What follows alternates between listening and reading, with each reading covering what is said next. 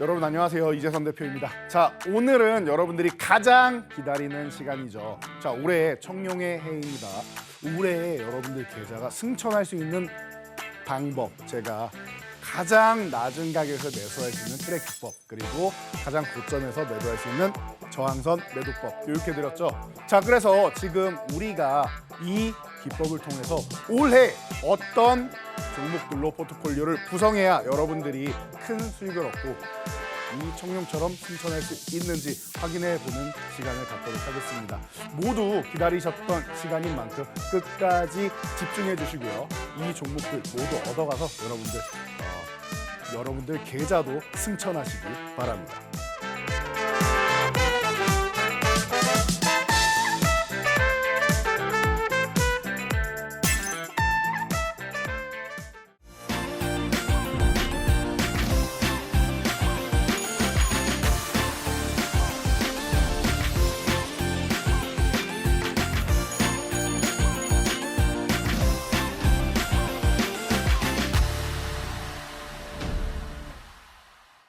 네, 여러분 이제 포트폴리오 짜는 방법에 대해서 먼저 확인을 해보도록 하겠습니다. 자, 올해 청룡회 여러분들이 계좌 승천을 위해서는 포트폴리오 구성하는 방법에 대해서 제대로 알고 시작하셔야 돼요. 아무 종목이나 담는다고 이게 포트폴리오가 구성되지 않습니다. 우리가 계란을 한 바구니에 담지 마라라는 말이 있고, 그리고 한 종목에 집중해야 된다라고 주장하는 사람도 있죠. 선택과 집중이 중요하다 이렇게 말하는 사람도 있어요. 자, 그래서 아니 그럼 대체 이 종목 선택을 할 때 한두 종목으로 이렇게 압축을 하라는 거야? 아니면은 분산을 이렇게 많이 하라는 거야? 대체 뭐가 맞는 거냐? 헷갈려 하시는 분들 많을 겁니다. 그리고 어떤 종목에 집중해야 되느냐도 궁금하시겠죠. 그래서 제가 오늘은 포트폴리오 구성하는 방법 먼저 알려드릴게요. 자, 먼저 여러분들이 내가 포트폴리오를 짤 때 목표를 설정하셔야 됩니다. 물론 목표라고 하면은 수익률을 뜻하는데 많을수록 좋죠. 그런데 내가 안정적으로 포트폴리오를 구성할 거냐, 아니면은 굉장히 공격적으로 조금 더 위험하더라도 리스크를 감수하고 큰 수익을 노릴 거냐, 이 부분에 대해서 여러분들이 먼저 생각을 하셔야 돼요. 그래서 나는 대형주가 좋아요 하시는 분들은 보통은 안정적인 성향의 분들이시겠죠. 그리고 저는 무조건 높은 수익률, 무조건 성장하는 종목, 이런 분들은 하이리스크 하이리턴을 감수하셔야겠죠. 내가 변동성이 큰 종목을 선택한 만큼 아래쪽 하방 변동성도 항상 생각을 하셔야 됩니다. 그래서 오늘은 이런 목표 설정하는 부분에 대해서 말씀을 드리는데, 기본적으로 아주 간단한 거는 물가 상승률보다는 높아야 돼요.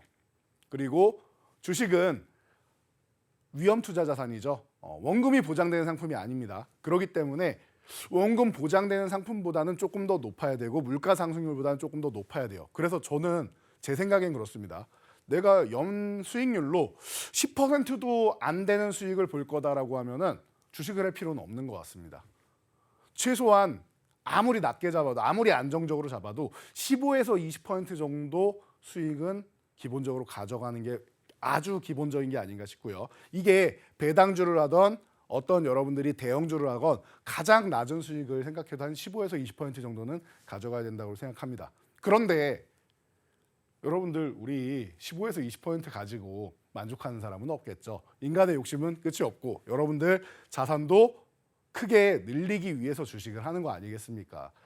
이 정도로 만족 못 하시는 분들이 대부분이실 겁니다. 그래서 여러분들이 목표를 좀 설정을 해보시면 좋을 것 같고요. 저는 다시 한번 말씀드리지만 적어도 15에서 20%는 정말 낮게 보수적으로, 예를 들면은 은퇴자금 갖고 하시는 분들이 그 정도 하시면은 그 정도 이상만 되시면은 나쁘지 않은 것 같고, 그리고 젊은 분들 같은 경우는 조금 더 꿈을 크게 잡는 것도 좋을 것 같습니다. 뭐 연 30% 이상의 수익률, 이게 계좌 수익률입니다. 종목이 아닙니다. 그렇게 해서 여러분들이 가져가는 이 수익률을 생각하셔야 된다라는 거.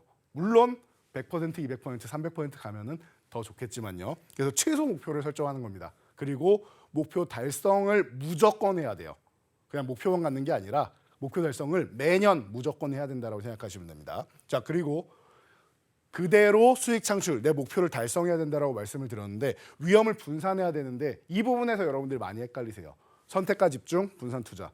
제가 볼 때는 여러분들은 너무 종목이 많으면은 어떻게 돼요? 종목이 많으면은 제가 본 분 중에 400 종목이 넘는 분도 있었습니다. 그렇게 되면은 한 종목이 올라가도 수익 나는 게 보이지가 않아요, 여러분. 티도 안 납니다, 계좌에. 한 종목 올라가봤자. 네. 그렇기 때문에 집중을 해야 되는데 대부분 분들이 본업이 따로 있으시단 말이에요. 그러면은 내 MTS, HTS에 한 번에 볼 수 있는 화면, 스크롤 내리지 않고 볼 수 있는 정도. 그러면은 보통 5종목, 많아야 6종목 될 겁니다. 제가 볼 땐 그래서 5종목 정도로 분산하시면 딱 좋지 않을까 싶습니다. 이해되시죠? 그래서 목표를 설정하시고 무조건 달성을 하셔야 되고 종목은 5종목 정도로 분산하시면 적절합니다. 그래야 한 종목이 20% 정도는 들어가 있어야 수익이 났을 때 어느 정도는 묵직하게 내가 원하는 수익이 났구나라고 보일 겁니다. 400종목 안 됩니다. 자, 그래서 포트폴리오 이렇게 구성하시고 어떤 종목으로 포트폴리오를 구성하느냐? 기본적으로 주도주가 들어가야 됩니다. 올해는 제가 계속 말씀드리지만 시장이 저는 좋을 것 같습니다. 그러면은 시장이 좋다라는 거는 주도주가 있다라는 뜻이에요. 기본적으로 반도체 중심으로 뭐 AI랑 뭐 로봇이나 뭐 이런 쪽이 계속 붙어가지고 핵심은 반도체 AI였죠. 이쪽으로 해서 여러분들 주도주를 하나 형성을 하시는 게 당연한 거고요. 그리고 저평가 실적주, 실적이 좋은데 저평가되어 있는 종목들이 있어요. 제가 자동차주 많이 말씀드리고 작년에 뭐 엔터주 같은 경우도 좀 억울하다 이런 말씀도 많이 드리고 했는데 이런 실적 관련된 종목들 꼭 들어가야 된다라는 거. 그리고 미래 성장주, 올해 정말로 미국에서부터 금리 인하가 시작된다라고 하면 시장의 유동성이 풀리게 됩니다. 지금 5%대에 있는 이 금리가 4% 아래쪽으로 내려갈 가능성에 대해서 얘기가 나오고 있지요. 그렇다라고 하면은 시장의 금리가 풀립니다. 자, 중국은 이미 지준율을 인하를 했습니다. 그렇게 해서 그렇다라고 하면은 시장에 돈이 풀린다? 그럼 그동안 최근에 금리 인상이 어려웠던 이 성장주들 이런 쪽으로 자금이 쏠리게 된다라는 거. 이 정도를 여러분들이 체크하셔가지고 가장 편안하게 주도주, 저평가주, 성장주 세 파트로 나눠서 포트폴리오를 구성하시면은 제가 볼 때는 적절히 안정적인 수익 그리고 바닥권에서 조금 늦게 움직이더라도 바닥권에 있기 때문에 편안하게 크게 손실 보지 않는 저평가 실적이 뒷받침이 되면은 이렇게 말씀드리죠. 언제나 주가는 기업 가치에 수렴한다. 실적이 이만큼 좋은데 주가가 계속 내려가기만 하는 기업은 거의 없습니다.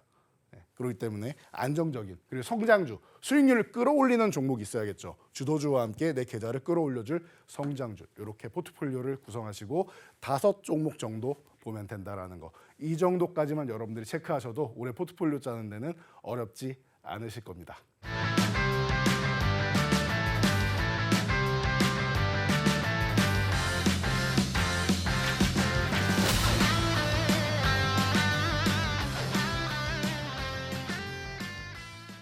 네, 첫 번째 종목은 조금 전에 설명드렸듯이 주도주입니다. 여러분, 반도체 관련주들 한 종목 정도는 최소 한 종목입니다. 한 종목 정도는 여러분들이 가져가셔야 돼요.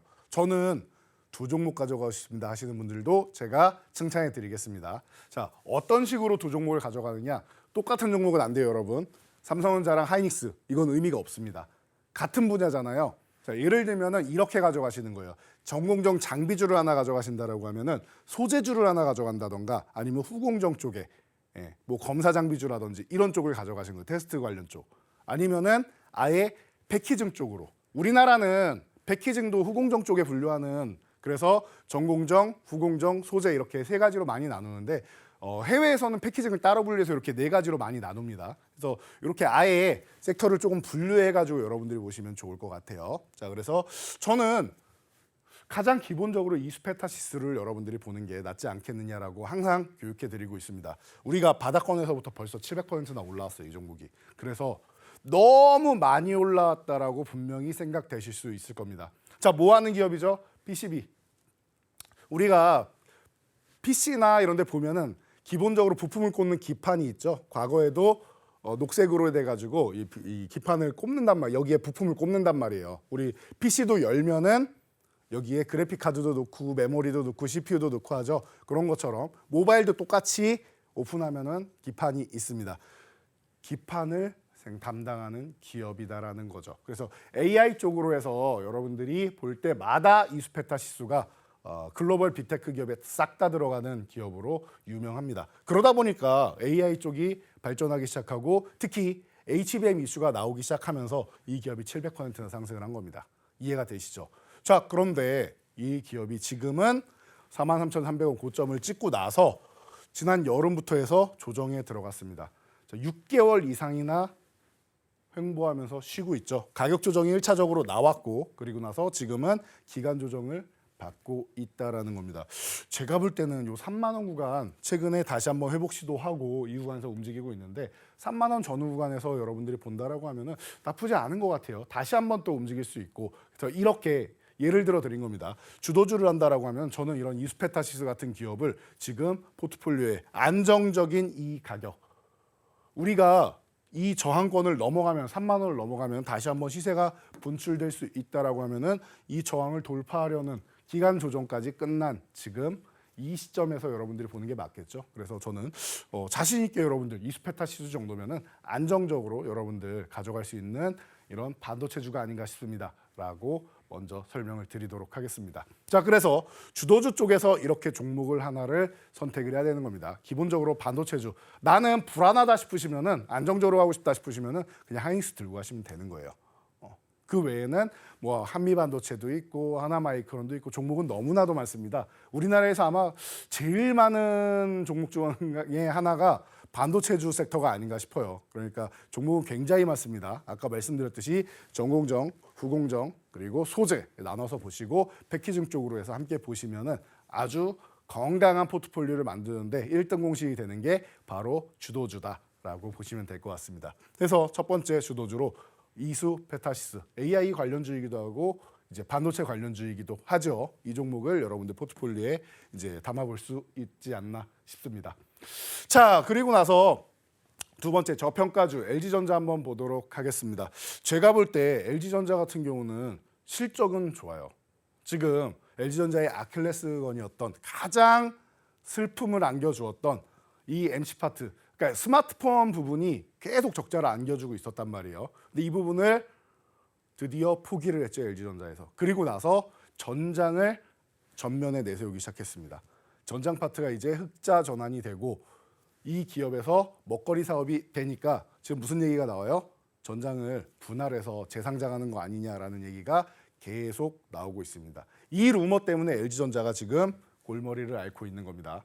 그래서 여러분 지금 10만 원 아래에 있는 이 LG전자 제가 볼 때는 너무나도 좋은 구간이 아닌가 싶어요. 그리고 LG전자 최근에 이제 애플에서 XR 기기 이 관련 쪽으로 해서 MR 기기를 먼저 출시를 했죠. 비전 프로 나왔다. 근데 초도 물량 그냥 사전 예약으로 뭐 다 나가는 이런 분위기죠.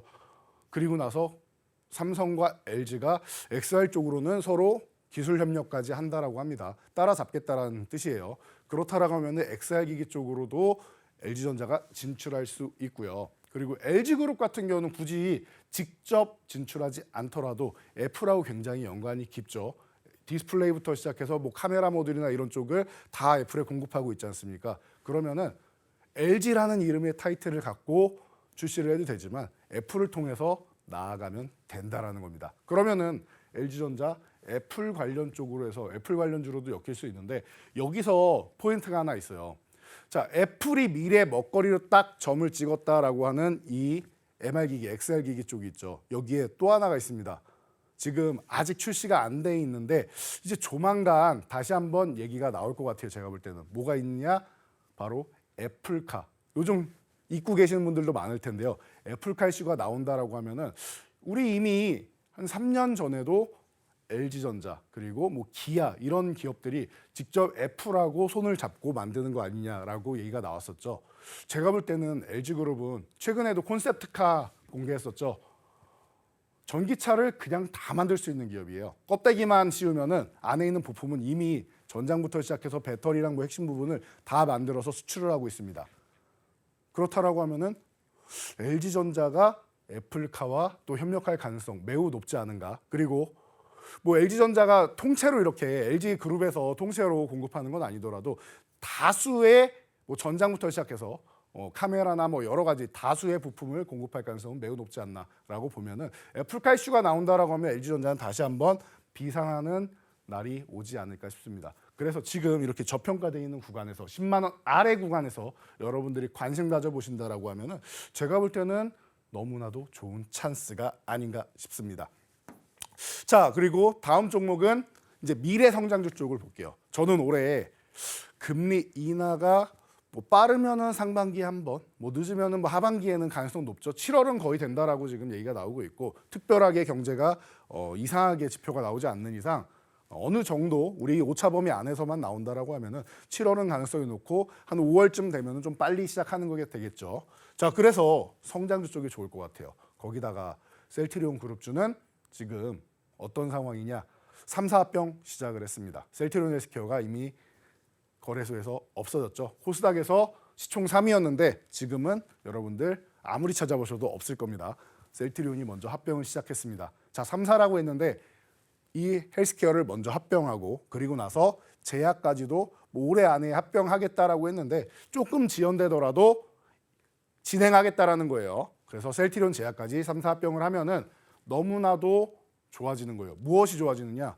셀트리온의 주가를 40만 원대부터 해서 지금 이 10만 원대까지 뭐가 괴롭히고 있었습니까? 분식회계가 괴롭히고 있었다. 지난 정권에서 4년 동안이나 죄가 입증되지 않았음에도 불구하고 이 기업에 대해서 계속 조사를 했죠. 얼마나 많이 괴롭혔습니까? 그런데 결국은 그냥 일부 벌금형하고 끝났죠. 자, 그런 상황에서 문제가 된 게 뭐냐? 원래 셀트리온에서 헬스케어 쪽으로 공급을 합니다. 공급 계약을 하고 헬스케어가 유통을 하는데 연말 되면은 셀트리온의 재고가 남으니까 이거를 연말에 셀트리온 헬스케어에 미리 넘기는 거 아니냐, 재고 처리하는 거 아니냐, 그래서 회계장부를 조작하는 거 아니냐라는 이슈가 있었는데 합병을 해버리니까 이제 그런 이슈가 없어지게 되는 거죠. 그렇다고 하면은 이런 재정, 재무 쪽으로 해서 투명화가 시작된다라고 생각하시면 되는 거고요. 자체적으로 유통까지 그냥 셀트리온 그룹에서 한다. 그래서 합병한 다음에 뭐라고 합니까? 지주사인 셀트리온 홀딩스 상장시키겠다. 어디에? 미국 나스닥에 상장을 추진하겠다라고 합니다. 셀트리온의 가치를 우리나라에서는 다 인정을 못 받을 수 있으니 미국에 상장시키겠다라는 거예요. 그래서 최근에 셀트리온이 24만 원대까지 한번 올라갔다 왔는데요. 한 차례 올라가고 가격 조정 중이죠. 지금 28만 원 구간 정도라고 하면은 최근에 저항을 돌파해서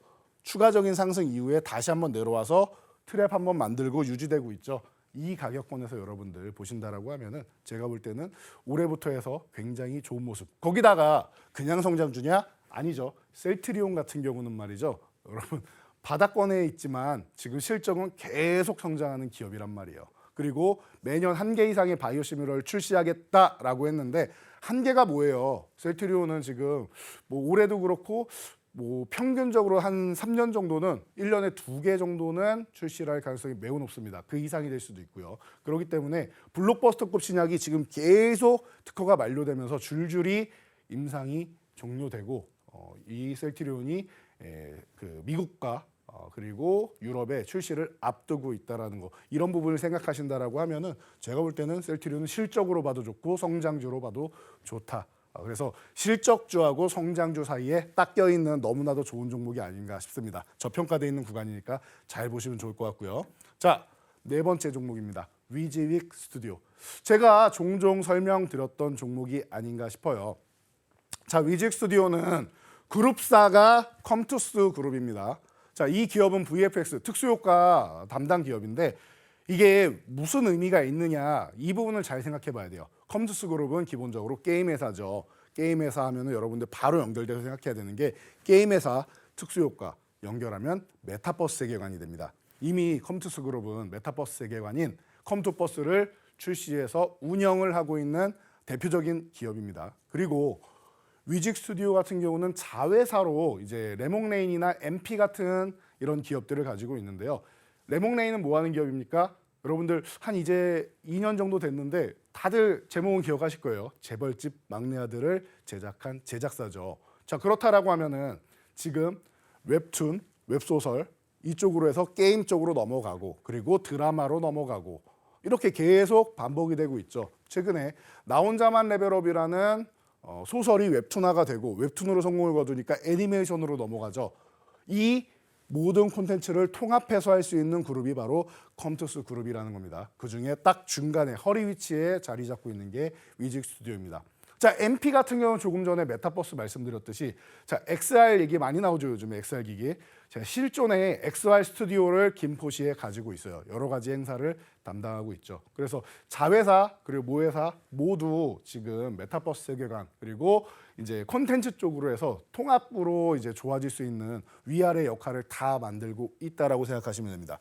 그래서 지금 4,000원 아래 있는 이 구간에서 조금 밀려주면 더 좋아요. 한 3,500원 와주면 굉장히 좋겠는데 안 갈 수도 있으니까 음봉 나올 때마다 모아간다 생각하시고요. 만약에 이 종목이 4,000원 회복하고 4,500원만 넘어간다라고 하면은 4,500원 이후부터는 새로운 추세를 만들면서 저는 이 종목이 단위가 바뀔 수도 있지 않을까 싶어요. 지금 1,000원 단위가 아니라 만 단위로 넘어갈 수 있는 종목이 아닌가 싶습니다. 꾸준하게 성장할 수 있는 종목이고 올해 정말로 이런 메타버스의 세계가 열린다라고 하면은 그렇다라고 하면은 이 종목은 이제 제가 볼 때는 핵심이 되지 않을까 싶으니까 성장주 쪽으로 볼 때 위직 스튜디오 꼭 포함해 보시기 바랍니다.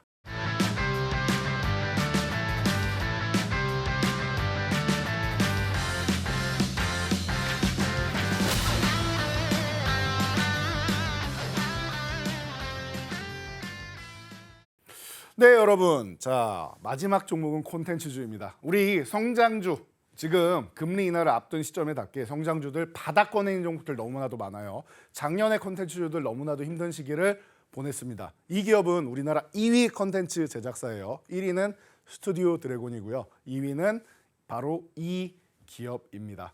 자, 그런데 이 기업이 굉장히 좋은 이슈가 있어요. 작년에는 어려움을 겪을 때 미국에서 저작권 관련된 문제로 해가지고 지금 넷플릭스하고 이제 작가분들이 이제 이 소송이 좀 있고 분쟁이 좀 있었는데 이 부분이 다 해소가 되었습니다. 사실 시위가 한 여름 정도까지 해가지고 어느 정도 일단락이 되었죠.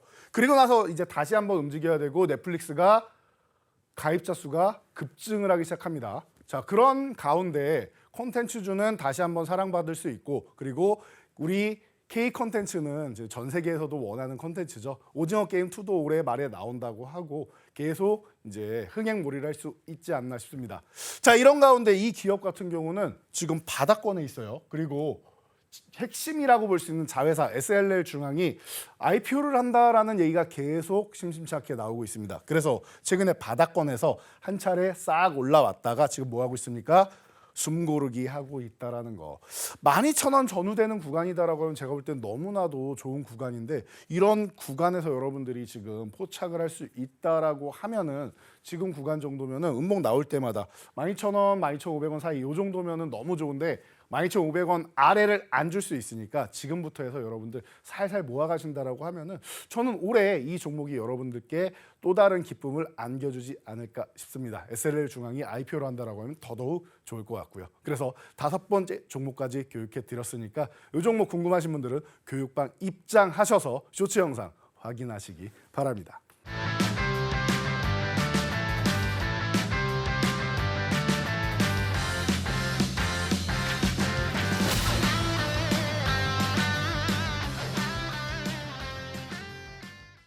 네, 여러분 오늘은 이제 그동안 배웠던 기법을 통해서 그리고 올해 포트폴리오를 구성하는 방법에 대해서 한번 알아봤는데요. 새로운 포트폴리오도 제가 여러분들께 제시를 해드렸습니다. 이제 방법은 어느 정도 아실 거라 생각합니다. 가장 표준이 되는 포트폴리오를 제가 구성을 해드린 것 같아요. 그래서 주도주, 저평가주, 미래성장주 중심으로 해서 여러분들이 짜임새 있게 포트폴리오를 구성하시면 올해 청룡에 승천하는 이런 계좌 만드는 거 어렵지 않을 거라 생각합니다. 자, 그래서 성향마다 포트폴리오가 달라진다라고 말씀드렸는데 우리가 한 타이밍에 이 모든 거를 다 하기는 쉽지는 않습니다. 그래서 오늘 가장 보편적으로 포트폴리오 구성해 드렸으니 다음 시간부터는 수익률을 좀 극대화하는 방법, 안정적인 방법 모두 알아볼 테니까요. 여러분들 끝까지 집중해서 포트폴리오 완성하고 올해 멋진 수익 올리시기 바랍니다.